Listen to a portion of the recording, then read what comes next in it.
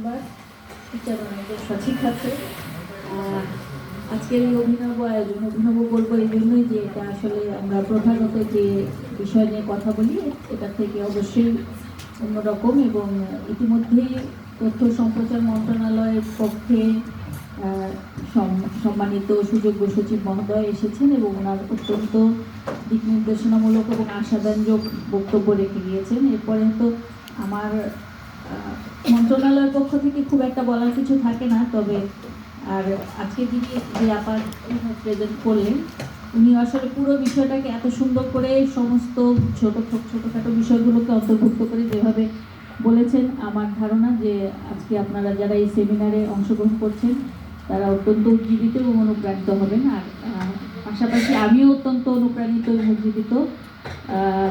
Coincidentally আমার যে দ্বিতীয় মাস্টার্সটা ছিল ফ্লিন্ডার্স ইউনিভার্সিটি অস্ট্রেলিয়া, সেটা ছিল জেন্ডার ডেভেলপমেন্ট, এবং এটা আমি বলছি 2006 সালের কথা, 6-7 সালের কথা। সেই সময় আমি উইমেন এম্পাওয়ারমেন্ট নিয়ে কাজ করেছিলাম, এবং উইমেন এম্পাওয়ারমেন্ট বিষয়টা কেবলমাত্র তখন কেবল চর্চিত হওয়া শুরু হয়েছে এরকম।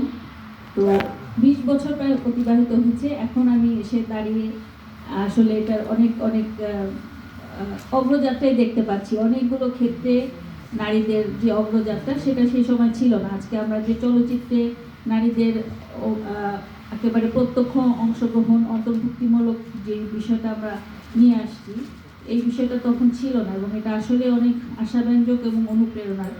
কারণ নারী মানে আসলে হচ্ছে হার না মানা শক্তি, নারী মানে হচ্ছে অনেক অনেক অমিত সম্ভাবনা এবং ইতিবাচক সম্ভাবনা। গবেষণা বলে যে নারীর হাতে যখন কোনো সম্পদ যায় সেটার যে যথাযথ ব্যবহার হয় সেটা আসলে আমি দুঃখিত, এখানে আমাদের পুরুষ সহকর্মীরা তাদের হাতে সেটা সেভাবে হয় না। নারী যেভাবে ম্যানেজ করতে পারেন, যেভাবে একটা বিষয়কে সাফল্যের কাছাকাছি নিয়ে যেতে পারেন, সেটা আসলে সবসময় পুরুষদের দিয়ে সম্ভব হয় না। তারপরেও দুটো শক্তি পাশাপাশি মিলিত হয়েই আমরা আসলে একটা সাফল্যের দিকে যাই। তো আজকের বিষয় যেটা সেটা হচ্ছে চলচ্চিত্রের ভবিষ্যৎ। এটা একদমই নতুন কনসেপ্ট, এবং আমি যদি বুঝলাম যে উইমেন ফিল্ম সোসাইটি বাংলাদেশ তাদের একেবারেই নতুন যাত্রা, কিন্তু তারপরে সম্ভাবনাময় এবং প্রতিশ্রুতিশীল এই গুণী মানুষ কৃতি মানুষরা আমার পাশে আছেন, যাদেরকে আমি চিনি। তো অবশ্যই এই নার্স ম্যাডামকে তো আমি চিনি, যেহেতু উনি বোধহয় আমাদের অন্য একজন মানে পথিকৃৎ এই এই এই নারী চলচ্চিত্রের আপনি একজন পথিকৃৎ, এবং আপনার চলচ্চিত্রের নাম আমরা শুনেছি। এবং আমি চেষ্টা করি যে নারী নির্মাতা এবং নারী কেন্দ্রিক যে সমস্ত চলচ্চিত্রগুলো হয় সেগুলো আমি এখনও চেষ্টা করি সিনেমা হলে গিয়ে দেখতে। যেমন আমি সম্প্রতি সাবা দেখেছি, এবং আমি বাড়ির নাম শাহানা দেখার খুব চেষ্টা করেছিলাম। আনফর্চুনেটলি আমার বাড়ির কাছাকাছি যে প্রেক্ষাগৃহ সেটা আমি আসলে আমার সাথে স্কেডিউলটা মেলে নাই, সেজন্য দেখা তাও আমি এখনও আশায় আছি সেটা আমি দেখতে পারবো। তো আচ্ছা, এখন নারী আসলে বাংলাদেশের নারীরা বিভিন্ন ক্ষেত্রে ইতিমধ্যেই তাদের দক্ষতা প্রমাণ করেছেন, দক্ষতা এবং যোগ্যতা প্রমাণ করেছেন। চলচ্চিত্রটা সেই অর্থে কিছুটা পিছিয়ে, চলচ্চিত্রটা এখনও ওইভাবে আমাদের সামাজিক ব্যবস্থার কারণেই হোক, এবং আমরা হয়তো সেইভাবে এখনও আমাদের ওই সীমাবদ্ধগুলোকে অতিক্রম করতে পারিনি, সেই কারণে এখনও কিছুটা ঘাটতি রয়েছে। তারপরেও আমরা অত্যন্ত আশাবাদী, এবং আজকে যে উজ্জীবিত মুখগুলোর সামনে দেখছি তাদেরকে অবশ্যই আমরা এই চলচ্চিত্রের যে উন্নয়ন এবং নারীর সক্রিয় অংশগ্রহণ সেখানে আমরা পাবো। আপনারা আপনাদের এই সেমিনার থেকে আশা করি অবশ্যই ভালো কিছু অর্জন নিয়ে আপনারা সেইভাবে উজ্জীবিত হয়ে আপনারা আপনাদের স্ব ক্ষেত্রে আপনারা আপনারা অবদান রাখবেন।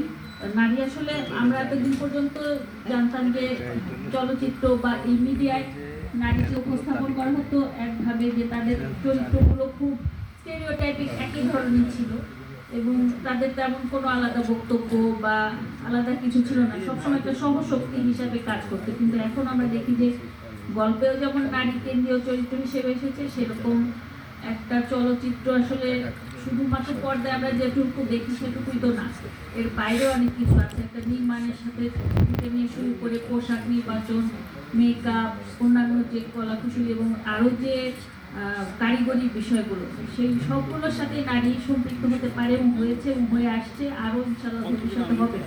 সেই সম্ভাবনা দুয়ার উন্মোচিত হয়েছে এবং যেটা আরেকটা জিনিসও আপনাদের এই গবেষণা আজকে যে কিনোট প্রেজেন্টেশনে চলে এসছে অলরেডি, যে 4IR, যেটা আসলে আপনাদের এই পথযাত্রাকে আরও অনেক বেশি সহজ করে দেবে, যে এখন থেকে আপনারা স্বল্প খরচে কিংবা সেরকম কোনো সেন্সরশিপ ছাড়াই সহজে আপনাদের কথাগুলো আপনারা সামনে নিয়ে আসতে পারবেন। সবচেয়ে বড় বিষয় হচ্ছে একজন নারী তার নিজের অর্জন, নিজের যে গল্প, নিজের যে সাফল্য কিংবা নিজের যে বেদনা বা যা কিছু প্রতিকূলতা তিনি যেভাবে ধারণ করবেন, তিনি যেভাবে সেটাকে চিত্রায়িত করবেন, সেটা হয়তো তিনি সবচেয়ে বেশি বেস্টটা দিতে পারবেন, তার মতন করে আর কেউ আসলে ওইভাবে দিতে পারবে না।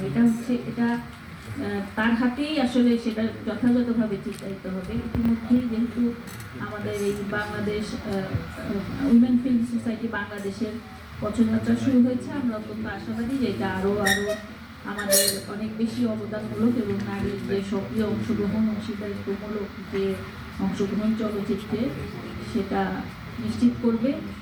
আমার মনে হয় যে আমরা তো কিছু কথা বললাম, আমি তথ্য সম্প্রচার মন্ত্রণালয়ের সাহায্যের হাত সবসময় প্রসারিত থাকা, আমাদের সুযোগ্য সচিব স্যার বলে গেছেন যেটুকু সাহায্য আপনারা যেভাবে চাইবেন আমরা অবশ্যই সেটা বিবেচনায় নিব এবং সর্বোচ্চ চেষ্টা করব। আর আমাদের পক্ষ থেকে বাংলাদেশ ফিল্ম আর্কাইভস তো আপনাদের সাথে রইলেনি, আমরাও আশাবাদী যে আপনারা যে সমস্ত জেলায় করতে যাচ্ছেন, হ্যাঁ 64 জেলায় আপনারা যে কার্যক্রমগুলো নিতে যাচ্ছেন সেগুলি সফল হোক, সুন্দর হোক এবং আপনাদের হাত ধরে আসলে চলচ্চিত্রটা একটা নতুন মাত্রা পাক, এটাই আমি আশা রাখবো। আজকের এই আয়োজনটা আসলেই অন্যরকম এবং এটার একটা অংশ হতে পেরে আমিও আনন্দিত। ধন্যবাদ সবাইকে।